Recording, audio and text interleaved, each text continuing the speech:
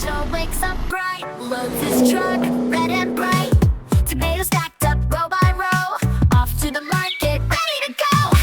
Roll, roll, roll the truck, bouncing over hills, oh what luck.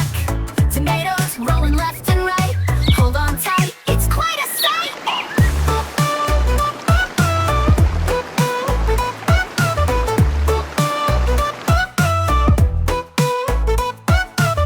Through the farm and down the road, past the river, over the toad. Wheels go spinning, beep, beep, beep, off to town, no time to sleep. Roll, roll, roll the truck, bouncing over hills, oh what luck. Tomatoes rolling left and right, hold on tight, it's quite a sight.